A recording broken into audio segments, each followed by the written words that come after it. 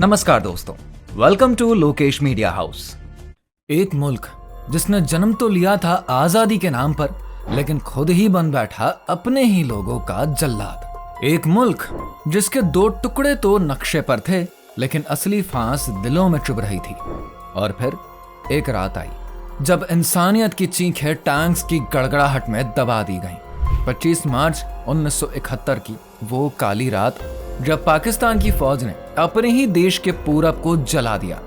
गोलियां चली, बच्चे मरे, औरतें चीखीं और इंसानियत शर्मसार हो गई।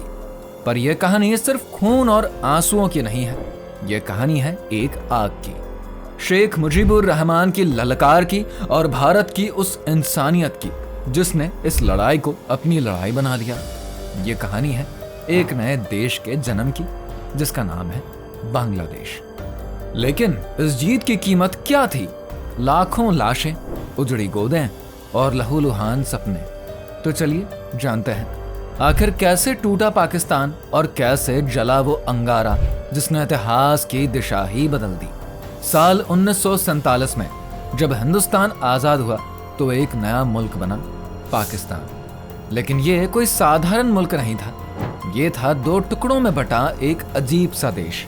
एक तरफ पश्चिमी पाकिस्तान, जहां पर उर्दू और पंजाबी बोलने वाले लोग रहते थे, और दूसरी तरफ पूर्वी पाकिस्तान, जहां पर बंगाली लोग अपनी भाषा और संस्कृति के साथ ही जी रहे थे। लेकिन ये दोनों हिस्से सिर्फ नक्शे पर ही नहीं, बल्कि दिलों में भी 1600 किलोमीटर दूर थे। पश्चिमी पाकिस्तान की सत्ता ने पूर्वी पाकिस्तान को हमेशा सौतेला भाई समझा। पैसे, नौकरियां, विकास, सब कुछ पश्चिम को और पूर्व को मिला था सिर्फ बेइज्जती और नजरअंदाज। पूर्वी पाकिस्तान में न केवल राजनीतिक असमानता थी, बल्कि वहां के लोग अपनी पहचान और अधिकारों के लिए लगातार संघर्ष कर रहे थे। लेकिन क्या बंगाली लोग चुप बैठने वाले थे? बिल्कुल नहीं। दरअसल ये थी वो चिंगारी जो कि एक दिन ज्वालामुखी बनकर फटने वाली थी। सपने वो नहीं जो सोते वक्त देखे जाते हैं, सपने वो जो आपको सोने ना दे। और पूर्वी पाकिस्तान के बंगालियों का सपना था अपनी भाषा, अपनी संस्कृति, अपनी पहचान को बनाए रखना। साल 1948 में जब पाकिस्तान ने उर्दू को एकमात्र राष्ट्रीय भाषा बनाने की कोशिश करी तो बंगालियों का खून खौल उठा। वहीं साल 1952 में ढाका की सड़कों पर हजारों स्टूडेंट्स निकल पड़े और उन्होंने नारे लगाए कि बंगला को बचाओ। लेकिन पाकिस्तानी हुकूमत ने इसके जवाब में गोलियां चलाई, जिस वजह से कई छात्र शहीद हो गए। ये था भाषा आंदोलन, जिसने कि बंगालियों के दिल में आजादी की आग जला दी। और इस आग को हवा देने आया एक शख्स जिसका नाम था शेख मुजीबुर रहमान। दोस्तों, ये नाम याद रखना, क्योंकि यह शख्स बांग्लादेश का मसीहा बनने वाला था। शेख मुजीबुर रहमान एक ऐसा लीडर जिसकी आवाज में बंगालियों का दर्द, गुस्सा और हौसला गूंजता था। शेख मुजीबुर सिर्फ एक नेता नहीं, एक सोच थे। जी हाँ, बंगालियों के हक की सोच। उन्होंने आवाम को समझाया कि बराबरी मांगने से नहीं मिलती, उसे छीनना पड़ता है। यही सोच आगे चलकर बगावत में बदली। साल 1966 में उन्होंने 6 सूत्री मांग रखी, जिसमें था ज्यादा हक, अपनी अर्थव्यवस्था और अपनी सरकार की मांग। लेकिन पश्चिमी पाकिस्तान की आर्मी की हुकूमत को यह मांग देश तोड़ने की साजिश लगी, जिस वजह से मुजीब को जेल में डाल दिया गया। लेकिन क्या जेल की दीवारें किसी की आवाज को रोक सकती हैं? बिल्कुल नहीं। बंगालियों ने मुजीब को अपना हीरो बना लिया। और फिर आया साल 1970 का वो चुनाव जो कि था तूफान का आगाज। साल 1970 के आम चुनाव में शेख मुजीब की आवामी लीग ने पूरी पाकिस्तान में ऐसी जीत हासिल करी कि पूरे पाकिस्तान में उन्हें बहुमत मिल गई। अब शेख मुजीब को प्रधानमंत्री बनना था, लेकिन पश्चिमी पाकिस्तान के जनरल याह्या खान और जुल्फिकार अली भुट्टो ने साफ मना कर दिया। जी हाँ, बंगाली की सत्ता वो कभी नहीं चाहते थे। जिसके बाद उनके इस रवैये को देखकर बंगालियों का गुस्सा अब उबलने लगा। सड़कों पर प्रदर्शन होने लगे, नारे लगने लगे और एक सवाल पूछा जाने लगा कि आखिर हमारी जीत का क्या हुआ। ये वो पल था जब पाकिस्तानी हुकूमत ने अपनी सबसे बड़ी गलती करी, और उस गलती का नाम था ऑपरेशन सर्चलाइट। 25 मार्च 1971 की वो काली रात जब ढाका की सड़कों पर टैंक उतरे, गोलियां चली और खून की नदियां बहीं। पाकिस्तानी सेना ने ऑपरेशन सर्चलाइट शुरू किया, जिसका मकसद था बंगाली बगावत को कुचल देना। जिसके बाद ढाका यूनिवर्सिटी के स्टूडेंट्स, प्रोफेसर, आवामी लीग के नेता, कोई नहीं बचा। हजारों लोग मारे गए, लाखों बेघर हो गए और शेख मुजीब को गिरफ्तार करके पश्चिमी पाकिस्तान ले जाया गया। लेकिन इस बार बंगाली हार मानने वाले नहीं थे। जी हाँ, इस नरसंहार ने उनके दिल में आजादी की आग को और भी भड़का दिया और इस आग से जन्म हुई मुक्ति बाहिनी की। मुक्ति बाहिनी, वो नाम जो कि पाकिस्तानी सेना के लिए खौफ बन गया। ये थे बंगाली नौजवान, किसान, स्टूडेंट्स और यहाँ तक कि औरतें, जिन्होंने हथियार उठाए। जंगल, गांव और शहरों में गुरिल्ला युद्ध शुरू हो गया। रेल की पटरियां उखाड़ दी गई, सेना के काफिलों पर हमले हुए और पाकिस्तानी फौज के होश ठिकाने लगा दिए। लेकिन अकेले वो इतनी बड़ी सेना से नहीं लड़ सकते थे।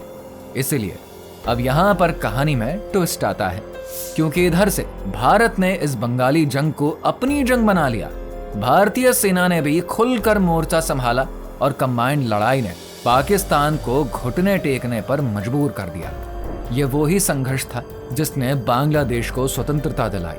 हुआ यूं कि जब बंगाल में खून की नदियां बहीं तो लाखों लोग अपनी जान बचाकर भारत की सीमा में घुस आए। साल 1971 के मिडल तक भारत में 1 करोड़ रेफ्यूजीज थे। सोचिए, 1 करोड़ लोग। ये भारत के लिए ये सिर्फ इंसानी संकट नहीं था, बल्कि आर्थिक और सामाजिक बोझ भी था।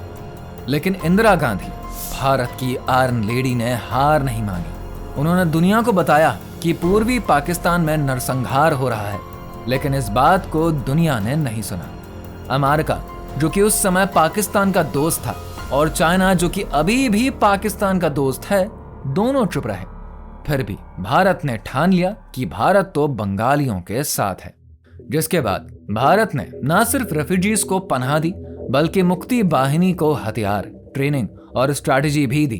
भारतीय सेना ने बंगाली गोरिल्लास को सिखाया कि कैसे जंगल में छुपकर दुश्मनों को धूल चटाई जाए। दूसरी तरफ इंदिरा गांधी ने डिप्लोमेसी का मोर्चा संभाला।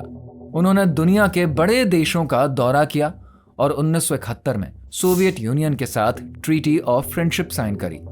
ये संधि भारत के लिए ढाल थी, क्योंकि अमेरिका और चाइना तो पाकिस्तान के साथ ही थे।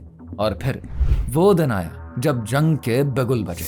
जी हाँ, 3 दिसंबर 1971 की रात, जब पाकिस्तानी वायुसेना ने भारत के हवाई ठिकानों पर बॉम्ब बरसाए। लेकिन वो भूल गए कि वो भारत से पंगा ले रहे हैं। भारत ने तुरंत जवाबी हमला किया। पूर्वी और पश्चिमी दोनों मोर्चों पर युद्ध शुरू हो गया। पूर्वी मोर्चे पर भारतीय सेना और मुक्ति बाहिनी ने मिलकर पाकिस्तानी सेना को चारों खाने चित्त करना शुरू किया। भारतीय नेवी ने छठगांव और खुलना के बंदरगाहों को ब्लॉक कर दिया, जिससे पाकिस्तानी सेना की सप्लाई लाइन कट गई। और ये जंग सिर्फ 13 दिन चली। सिर्फ 13 दिन में एक मुल्क टूट गया। भारतीय सेना ने ऐसी रणनीति बनाई कि पाकिस्तानी सेना के होश ही उड़ गए। दरअसल भारत की फौज ने 3 तरफ से घुसपैठी करी, जिसमें कि पश्चिम बंगाल, असम और त्रिपुरा शामिल थे। वहीं मुक्ति बाहिनी ने गुरिल्ला हमलों से पाकिस्तानी सेना को कमजोर किया और 7 दिसंबर तक जसूर और कोमला जैसे शहर भारत के कब्जे में थे। और फिर 16 दिसंबर 1971 को भारतीय सेना ढाका में दाखिल हुई। Pakistani commander lieutenant general Niazi के पास कोई रास्ता नहीं बचा। उसने हथियार डाल दिए। वही 93,000 सैनिकों ने सरेंडर किया और ये था इतिहास का सबसे बड़ा मिलिट्री सरेंडर। फिर आया 16 दिसंबर 1971, वो दिन जब एक नया मुल्क पैदा हुआ, बांग्लादेश। ढाका में भारतीय सेना और मुक्ति बाहिनी के जवान एक दूसरे से गले मिले। बंगालियों की आंखों में आंसू थे, लेकिन ये खुशी के आंसू थे। शेख मुजीब को 1972 में रिहा किया गया और वो बांग्लादेश के पहले नेता बने। इस दिन को बांग्लादेश आज भी विजय दिवस के रूप में मानता है, लेकिन इस जीत की कीमत थी लाखों लोगों की जान, लाखों औरतों की इज्जत और अनगिनत परिवारों का बिखराव। वहीं युद्ध के बाद बांग्लादेश को दुनिया के ज्यादातर देशों ने मान्यता दी। भारत ने नए मुल्क के फिर से बनने में मदद करी, लेकिन शुरू में अमेरिका और चाइना जैसे देशों ने पाकिस्तान का साथ दिया था। समय के साथ सबने बांग्लादेश को अपनाया। ये जंग सिर्फ एक मुल्क की आजादी की कहानी नहीं थी, बल्कि यह दिखाती थी कि अगर हौसला हो तो कोई भी ताकत आपको दबा नहीं सकती। इस युद्ध में अनुमान है कि 3 लाख से 30 लाख लोग मारे गए, लाखों औरतों के साथ अत्याचार हुआ। बांग्लादेश सरकार इसे बंगाली नरसंहार कहती है। युद्ध के बाद बांग्लादेश को अपनी अर्थव्यवस्था, सड़कें, स्कूल सब कुछ नए सिरे से बनाना पड़ा, लेकिन बंगालियों ने हार नहीं मानी। उन्होंने अपने मुल्क को खड़ा किया और आज बांग्लादेश दुनिया में अपनी अलग पहचान रखता है। इस जंग ने भारत और बांग्लादेश के बीच एक ऐसा रिश्ता बनाया जो कि खून और बलिदान से लिखा गया।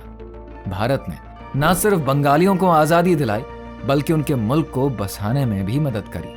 आज जब वो विजय दिवस मनाते हैं तो ये सिर्फ बांग्लादेश की जीत नहीं, बल्कि भारत की इंसानियत और हिम्मत की भी जीत है। आपको इस कहानी का कौन सा हिस्सा सबसे ज्यादा पसंद आया है? कमेंट करके जरूर बताइए। साथ ही वीडियो को लाइक और शेयर करिए, और अगर आप चाहते हैं कि हम ऐसे ही और भी कहानियां लाएं तो सब्सक्राइब करके बेल आइकन जरूर दबाइए। मिलते हैं अगली वीडियो में, तब तक के लिए बाय बाय।